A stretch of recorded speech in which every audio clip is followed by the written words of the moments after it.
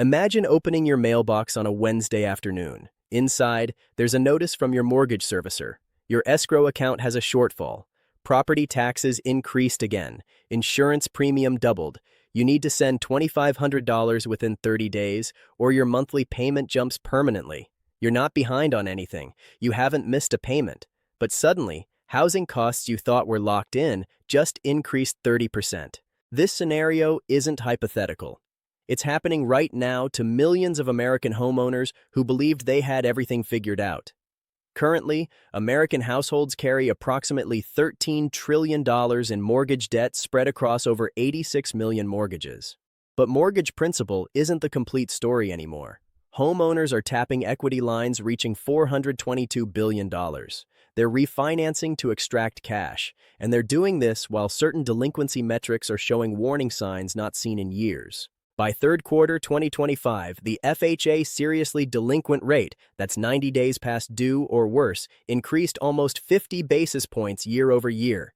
That's not a massive spike, but it's a consistent upward trend after years of improvement. This isn't about predicting some dramatic crash tomorrow morning. It's about understanding a slow-motion pressure build that's been developing for 2 decades. And if you own property in America or plan to purchase, the next 12 to 18 months will reveal whether you positioned intelligently or whether you become part of a wealth transfer you never saw approaching. Let me walk you through the mechanical pattern, not theory. Documented sequence that repeats with remarkable consistency. Understanding these stages represents the difference between protecting what you built and watching it evaporate.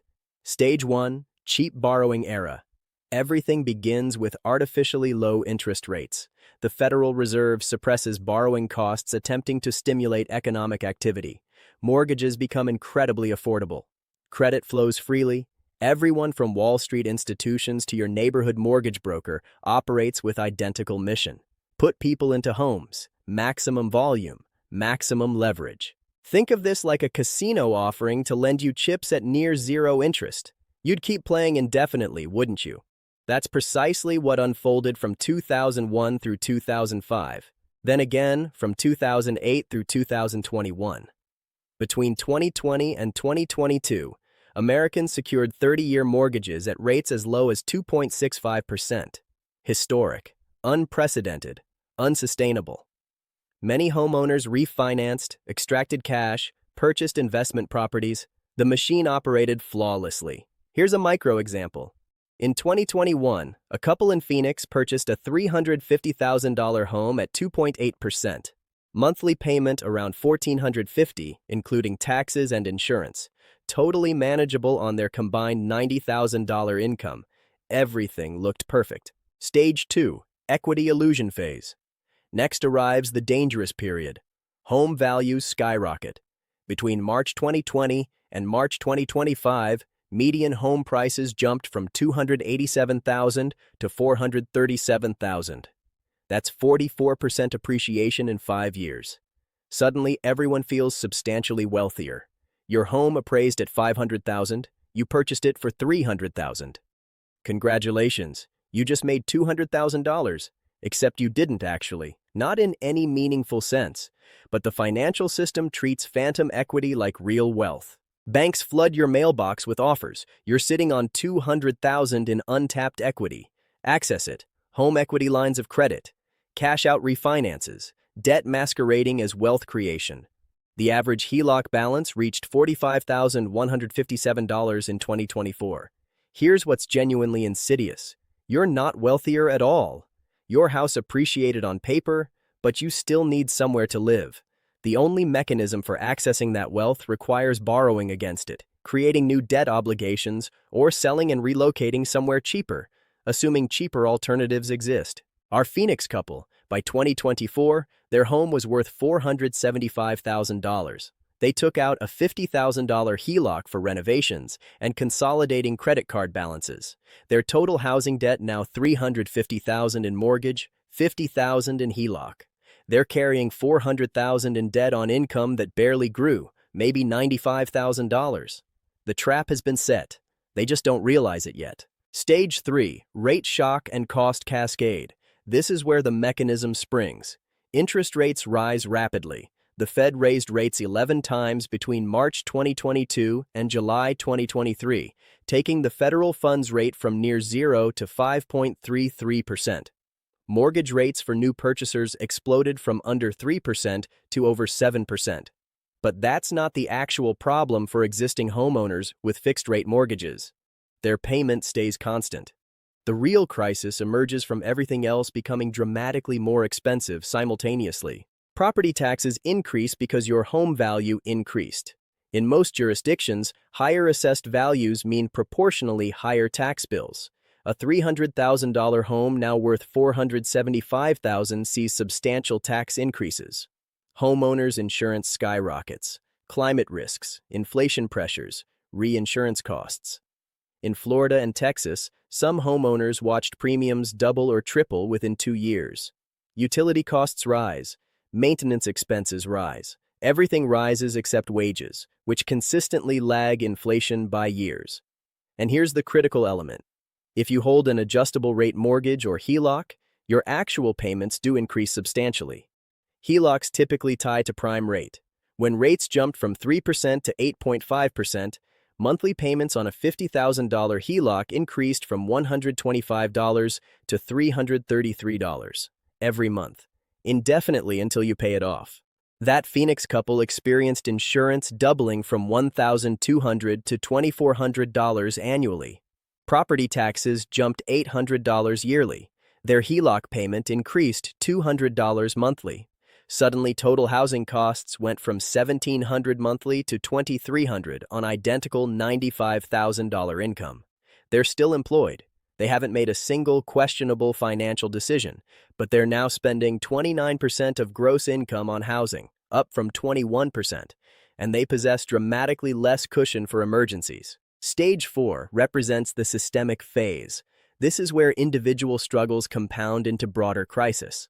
It doesn't require recession, though economic contraction accelerates the process significantly. It just requires sufficient people hitting stage 3 simultaneously creating critical mass. Here's the sequence.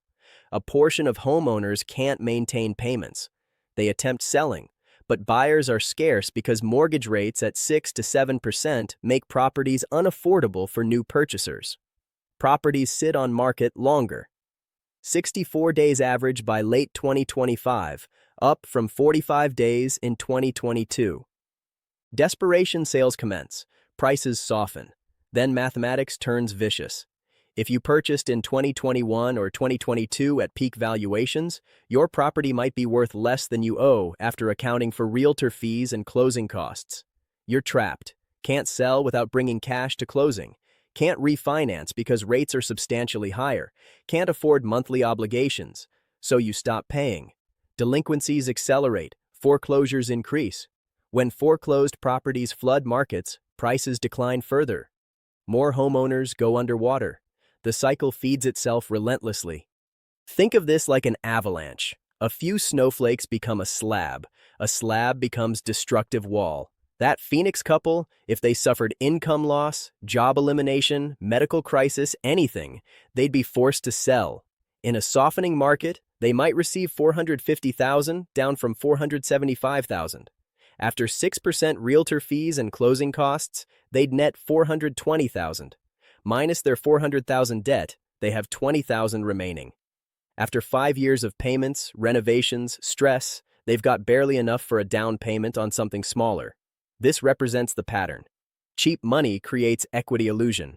Rising costs trigger stress. Stress becomes systemic crisis. Here at Next Generation Finance, we examine these cycles because understanding historical patterns helps you position intelligently regardless of what headlines claim.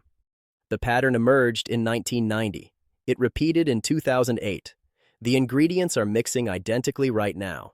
Let me prove this pattern operates consistently across different economic environments. The savings and loan crisis, 1986 through 1995. Early 1980s saw interest rates peak at 18% in 1981 as Paul Volcker fought inflation aggressively. Then rates began dropping. By 1986, rates fell to around 10%, which felt like a gift after 18%. Savings and loan institutions, community banks primarily funding mortgages, started lending aggressively.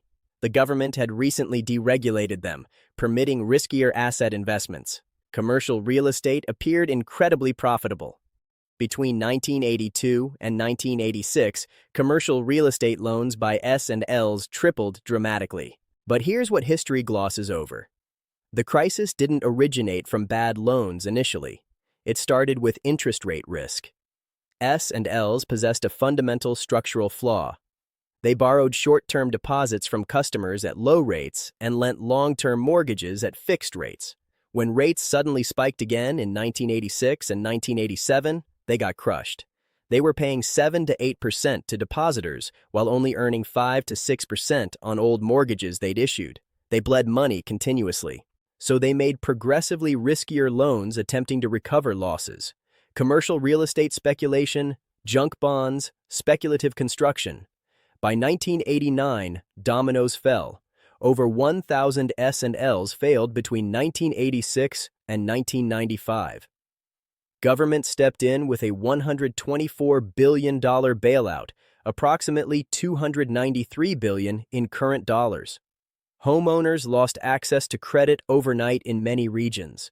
Commercial real estate values crashed 30 to 40% in markets like Texas. The 2008 financial crisis. Everyone knows this one superficially. Let me show you how it followed our exact four-stage pattern with precision. Stage 1 started 2001. After the dot-com collapse and September 11th attacks, Federal Reserve dropped rates to 1% by 2003. Mortgage rates fell to 5 to 6%. Money became unbelievably inexpensive.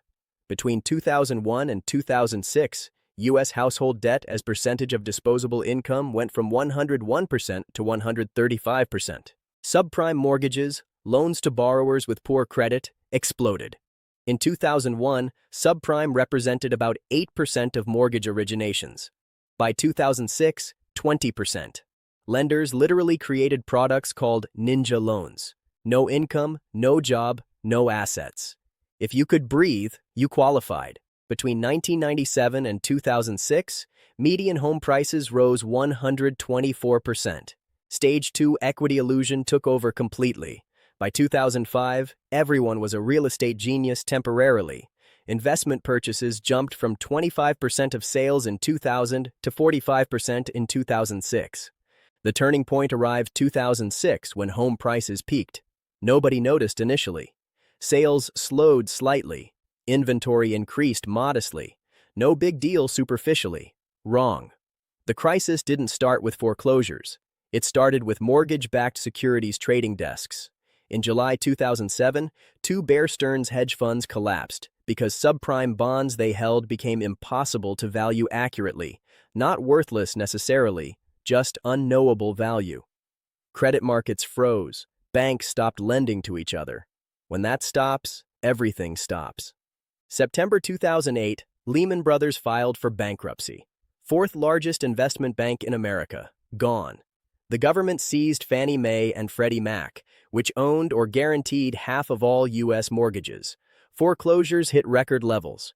In 2010, 2.9 million foreclosure filings. Home prices nationally fell 27% peak to trough by 2012. In Nevada, 63%. Florida, 56%. 9 million Americans lost their homes. $16 trillion in household wealth vanished. Now let me map current conditions to our four-stage framework using verified data. Stage 1 lasted 13 years post-2008 crisis. Federal Reserve kept rates near zero. Between 2008 and 2021, you could secure 30-year mortgages under 4%. During pandemic, below 3%. U.S. mortgage debt grew from $10.3 trillion in 2009 to $13 trillion by third quarter 2025. That's $2.7 trillion increase. But composition matters more than total. In 2009, most mortgage debt represented pre-crisis loans. By 2025, huge portions represent loans taken 2020 through 2022 when prices hit all-time highs and rates hit all-time lows. Average mortgage balance rose from $208,000 in fourth quarter 2019 to $250,000 by 2024. That's 21% increase in 5 years. Stage 2 was turbocharged by pandemic economics. Home prices rose faster than any period except lead-up to Great Depression. Median U.S. home price went from $287,000 in March 2020 to $437,000 by March 2025, 44% appreciation in 5 years. Hot markets saw even crazier appreciation. Phoenix plus 45%, Austin plus 48%. Home equity lines grew from $317 billion first quarter 2022 to $422 billion first quarter 2025. That's $105 billion increase, 33% jump in 3 years. Here's the contrarian perspective mainstream analysts miss. Wall Street keeps saying this is fine because homeowners have strong aggregate equity positions. They point to $35.8 trillion in total equity as of second quarter 2025. They're technically correct, but missing distribution. That equity isn't evenly spread. Homeowners who purchased before 2019 possess massive equity. Those who bought 2021 through 2022 at peak, many are barely above water or already underwater after closing costs. Stage 3 is where we are currently, and data is flashing concerning signals across multiple categories. Mortgage rates bottomed around 2.65% January 2021. By October 2023, they hit 7.79%, highest since 2000. As of January 2026, they're around 6.8% depending on credit and down payment. That's more than doubling in 2 years. Adjustable rate mortgages and HELOCs reset dramatically. HELOCs tied to prime rate went from 3.25% March 2022 to 8.5% August 2023. For homeowner with $50,000 HELOC, monthly interest-only payments went from $135 to $354. Extra $219 monthly, $2,628 annually. Property taxes increased substantially because home values soared. Texas homeowners in particular saw massive increases. Austin homeowners reported property tax increases 30 to 40% between 2020 and 2024. On $400,000 home, that's potentially $3,400 additional annually. Homeowners insurance represents the sleeper crisis. In Florida, average premiums more than doubled between 2019 and 2024, from around $2,500 to over $5,000 annually for identical coverage. Some reported premiums hitting $10,000 to $12,000. California wildfire zones saw insurers dropping coverage entirely. State Farm and Allstate stopped writing new policies 2024. Now here's where it gets genuinely concerning. All these cost pressures manifest in delinquency data. Third quarter 2025, FHA seriously delinquent rate increased 47 basis points year over year. VA loans showed similar stress patterns. These aren't subprime borrowers. These are middle-class families, teachers, nurses, electricians. Average FHA borrower has 680 FICO score with meaningful down payment. They're getting squeezed by cost increases, not bad credit. Foreclosure starts increased 25% year over year by third quarter 2025. The foreclosure inventory rate still low by historical standards, 0.5% as of third quarter. But direction matters significantly. It's rising consistently. Between fourth quarter 2024 and third quarter 2025, foreclosures increased every single quarter. The trend accelerates. Here's my assessment. We're in dangerous transition between stage 3 and stage 4. We're not seeing mass foreclosures yet, not seeing 30% price declines yet, but every input leading to those outcomes exists and accelerates. Think of watching storm clouds gather. Rain hasn't started, but sky is dark, wind picks up, pressure drops. You recognize what's approaching. This is not financial advice. Always do your own research and consult with qualified professionals before making investment decisions. If this deep dive into housing debt mechanics fundamentally shifted how you're viewing your own real estate positioning, subscribe to this channel immediately and hit that notification bell. We're tracking these macro cycles that most people won't recognize until it's way too late to adjust. Comment below and tell me, are you seeing cost pressures crushing homeowners in your area, or does everything still feel stable where you live? The pattern is absolute. The mathematics are unforgiving. Your preparation determines everything.